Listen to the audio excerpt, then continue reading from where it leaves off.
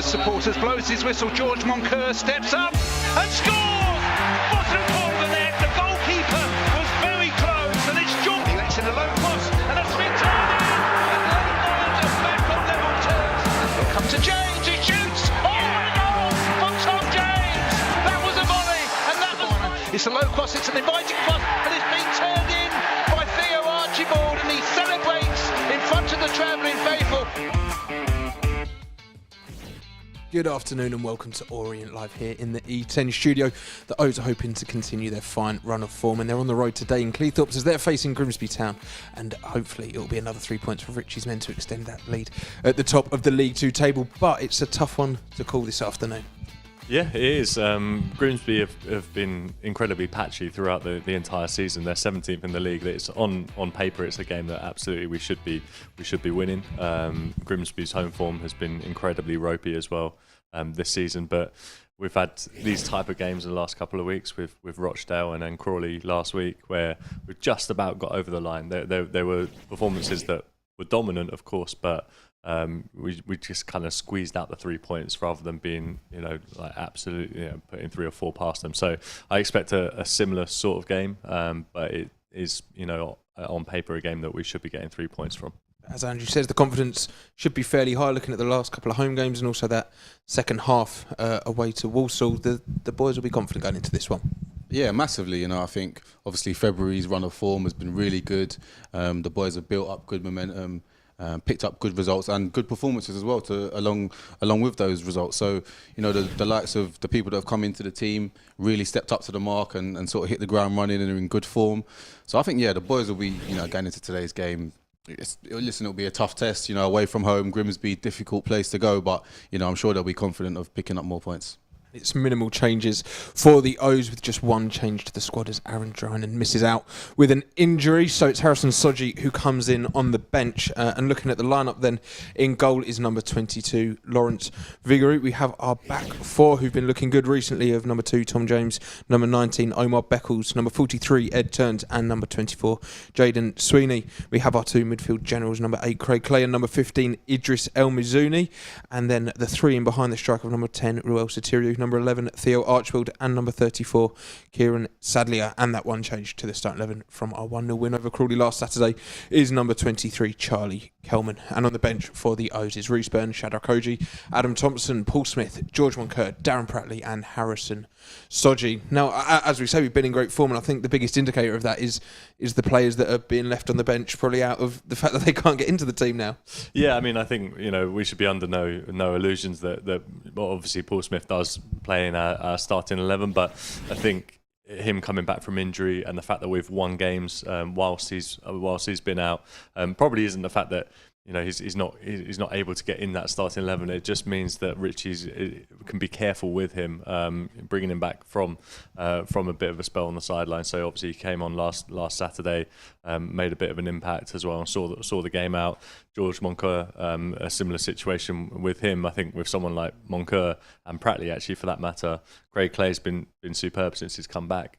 We know what the job he's been able to do throughout his entire career here at the club, and then Idris El Mizouni speaks for himself because he's been superb. So it's probably more a case of just keeping things consistent, having those players available to train every day, and I'm sure we'll see those players on that bench. I mean, you just look at the bench; it's so strong, but I'm sure we'll see most of them come on as much as we can this afternoon. Looking at Smith and Moncur on the bench, obviously it's that 3 behind the striker of Sotiriou, Archibald, and Sadlier that are keeping 2 of potentially the best players in the league out the side, but they've had a few games together now. Sadlier's really bedding in, and that intertwining attacking football that Richie plays, these 3 are starting to learn their game in behind the striker. Yeah, they are. They've looked really good in recent weeks. Sadlier, like you said, has really settled in. Lovely, easy on the eye sort of footballer, I'd say.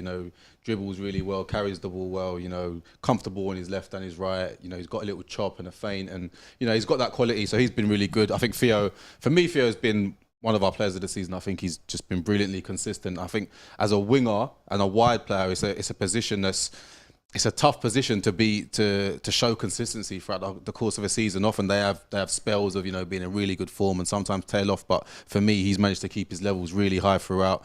And then obviously Ruel's got his chance in recent weeks, and I think he's a player that, again, he has those patches of good form, but when he's on it, he can be a real handful.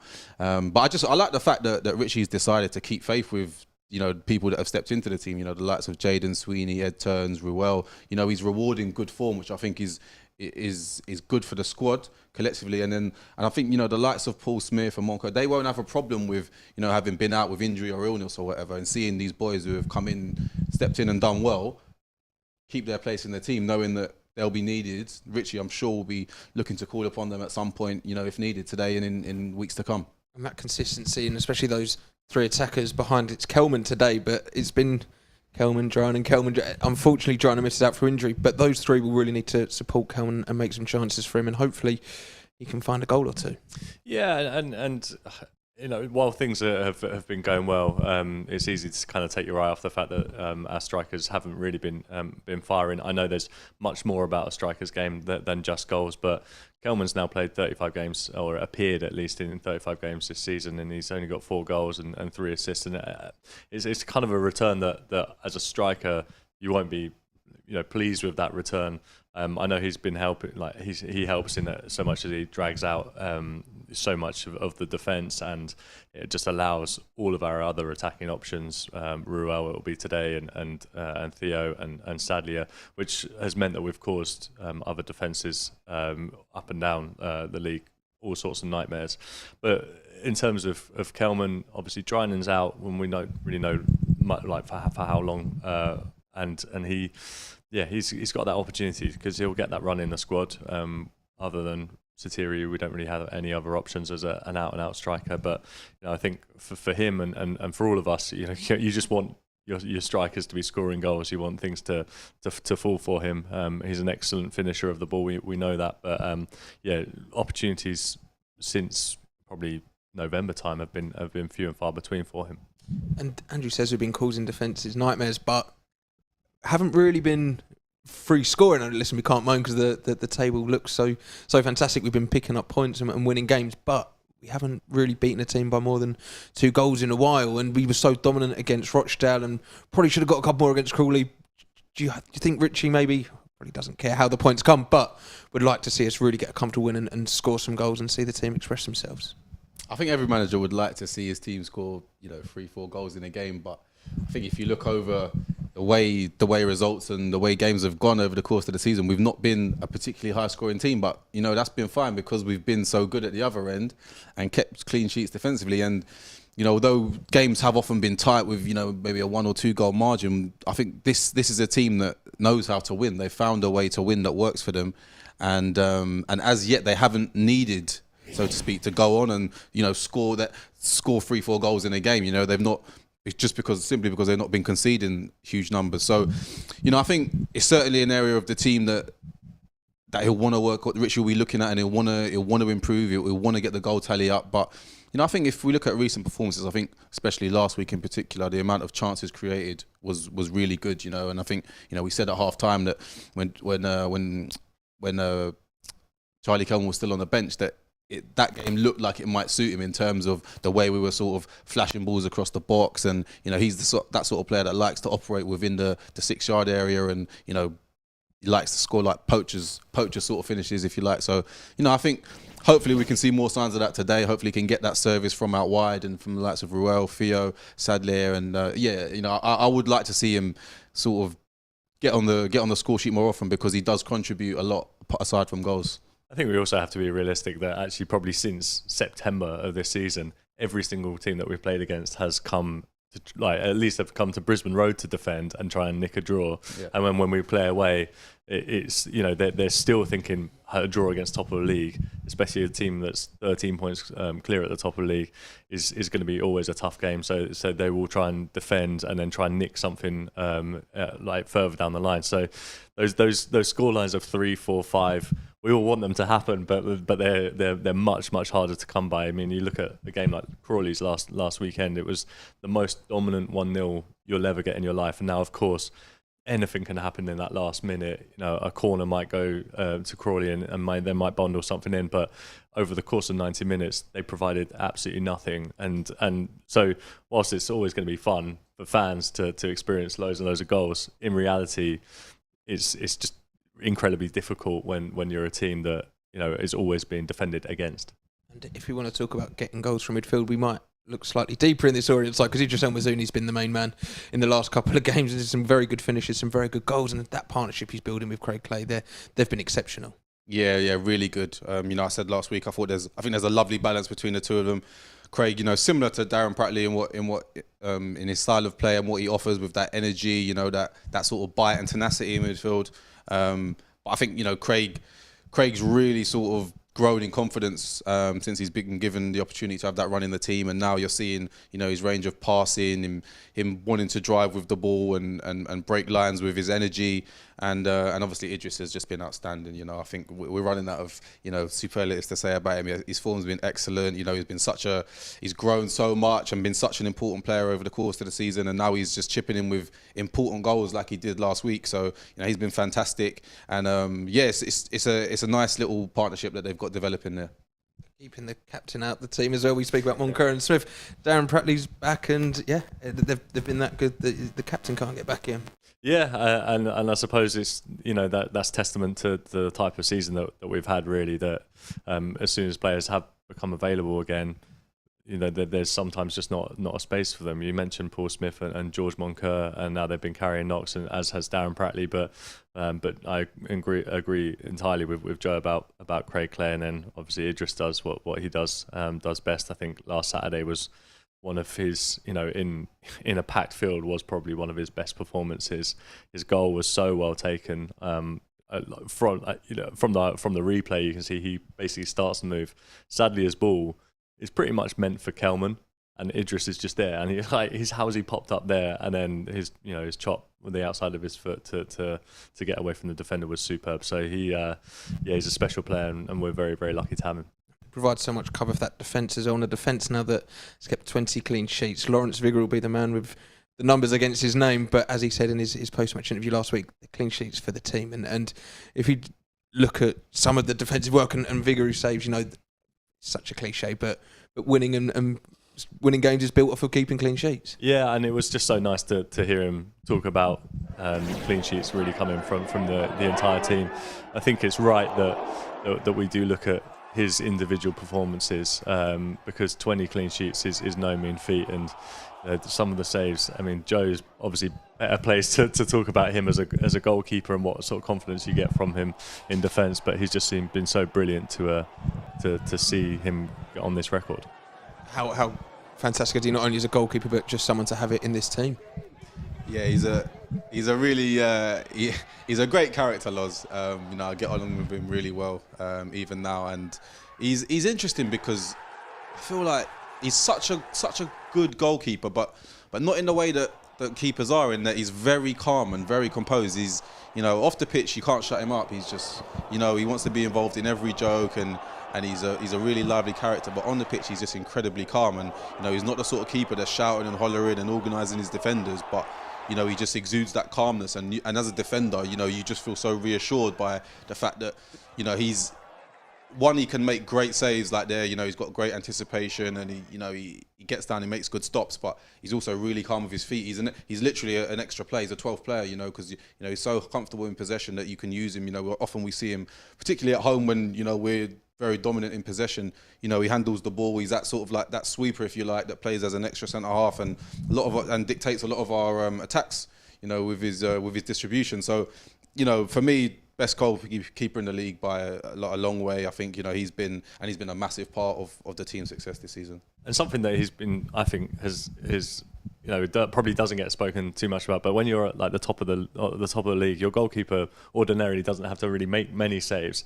And goalkeepers are, they're slightly different from the rest of the players in terms of their personalities. And some goalkeepers you see really want to get involved, and I think in previous seasons, you can see he occasionally will like get a bit bored and then want to get involved and do something like maybe on the silly side. Whereas this season, that calmness is kind of like gone throughout the team, and when we've very rarely gone behind, but the whole team has gone, right, okay, let's try and rally, and he doesn't have that in him where he's just like, right, okay. You sees him sometimes. You'll see him in games if you watch them live and the camera's not on him. he'll just like go and do some shuttle runs just to keep himself warm. But it's not that case of goalkeepers wanting to get involved in all the action if they haven't been doing it, and he'll just make the saves when they come to it, and then leave the rest to the rest of the team. He's been brilliant. I think also with Loz as well. You know, you said like in recent years he might want to try and get involved, and you know, don't get me wrong, he fancies himself as a player, like in training and stuff. But I think that's a sign of his maturity that, you know, now, you know, he's grown as the years have gone by, and he's grown with his performances, and now I think we're seeing the best version of him. You know, he really has sort of improved, and you know, yeah, he's been in great form all year. And it must be so good for that back four, especially they've played a few games together now, but you've got the likes of Ed Turns and Jaden Sweeney in there, and they've been performing so well, and defensively as a unit. But that must be a little bit easier when you've got Lawrence Vigoury behind you. Yeah, and I think, you know, a lot of the reason that the likes of Sweens and Ed Turns have been able to step into the team and perform is because of, you know, people like Loz and the general standard like that defensive unit has you know, has shown all year. And you know, you can see that it makes it easier for the likes of those players to come in and instantly find form. You know, you got people like Omar, who's been, you know, a massive personality and figure in the dressing room, who's a big Loz said last week, didn't he, when we spoke to him, that he's a leader back there.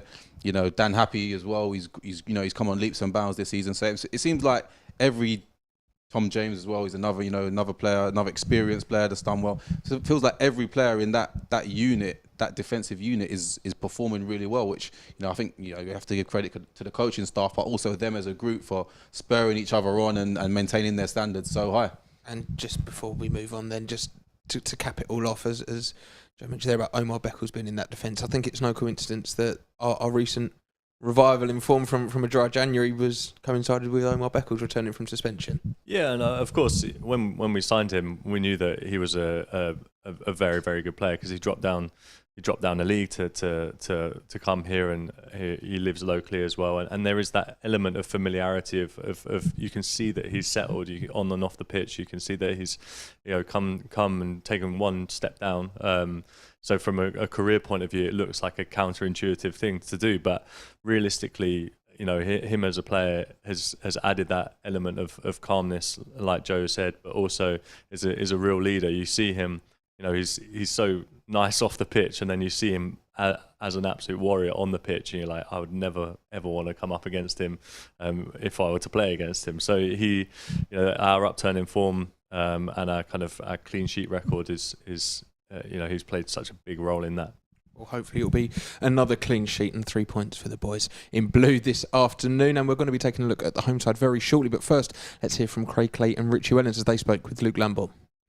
On to Grimsby this weekend. Obviously, a team that have done very well in the FA Cup and potentially a bit inconsistent, but their win against Northampton will show us exactly what they can do. Well, I think I was actually not really aware of the cup run and the teams they've knocked out. I can't believe they've not. You know, a bigger thing has not been made of it, because they've been unbelievable to get to where they are, and it shows that against good opposition that they can raise the game and become a real threat. Watched the game last night against Harrogate, so I think we've got the game against Southampton coming up pretty quick. I think he's done a good job there, and to have a cup run to get to this final stages of where they're at in the cup competition is a really good achievement. So it's a dangerous game for us, because I think we're not a type of opposition that have got good players, and on the given day they can beat anybody, which they've proved obviously in the last minute at Northampton. But yeah, they're a good club, you know, always well supported, always take good away support.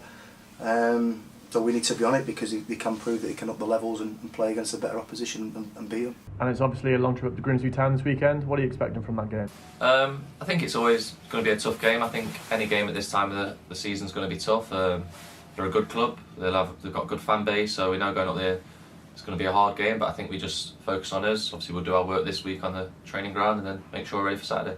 You obviously spent some time with Grimsby as a player. It won't be any split loyalties on your behalf, but are you looking forward to going back?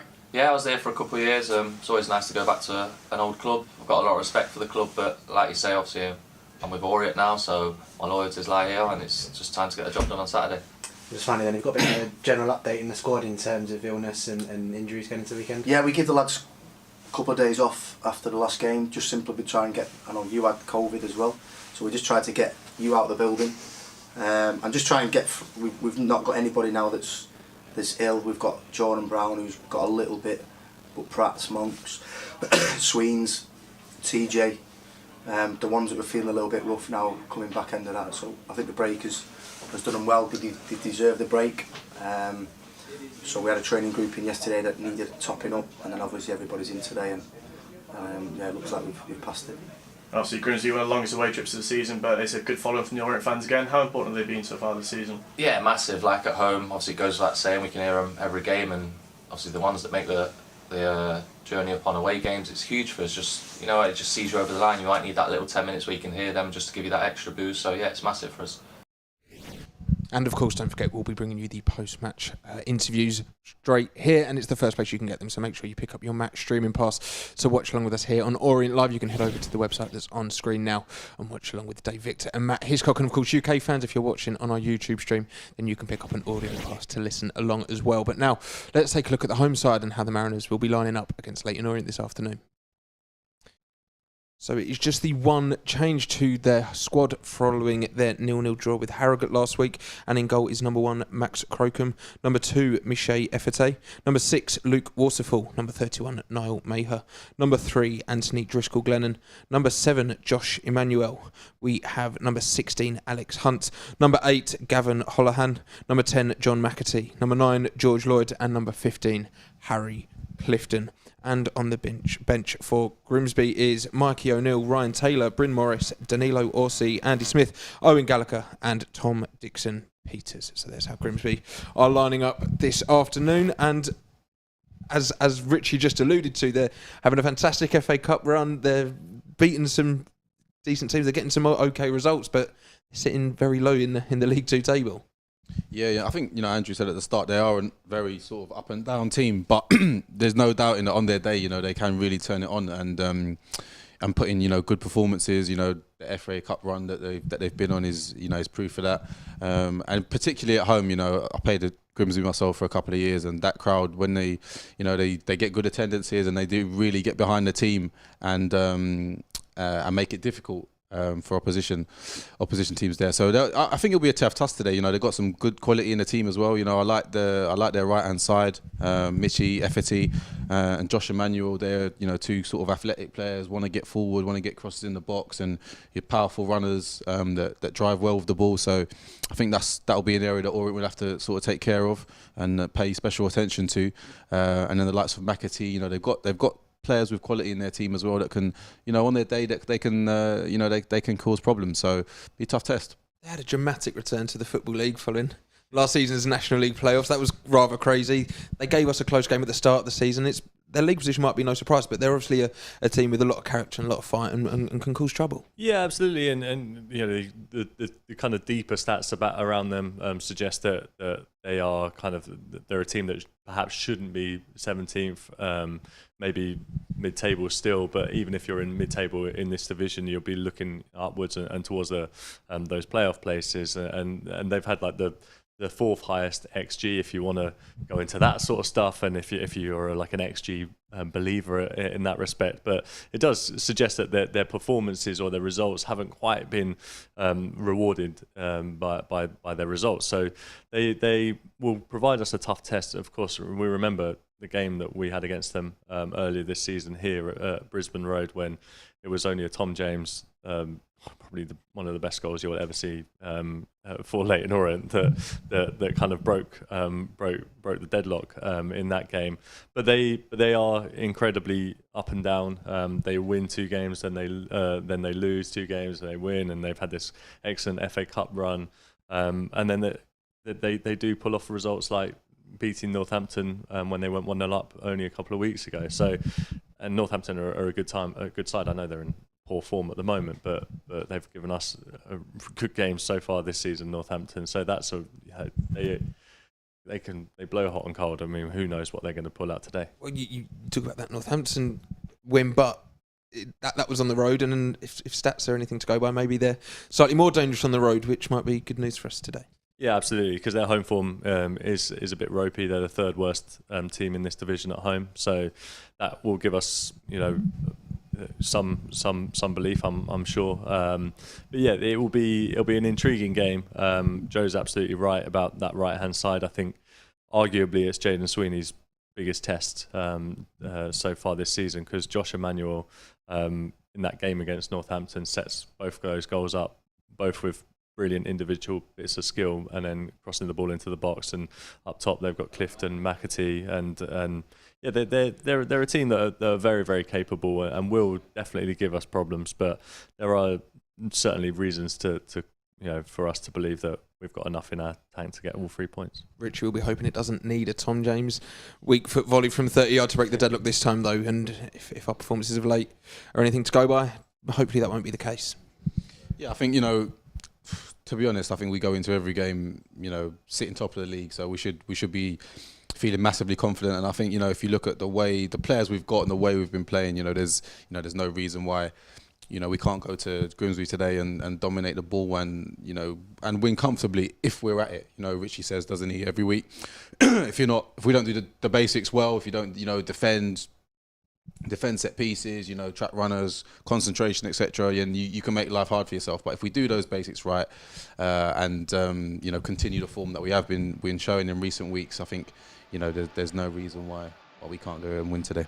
Well, kickoff is very nearly upon us, and of course don't forget, if you're watching live on our YouTube stream, then head over to the Orient website to pick up your streaming pass or audio pass to watch along with us here. But now it is time to hand over to our very capable hands of Dave Victor and Matt Hiscock.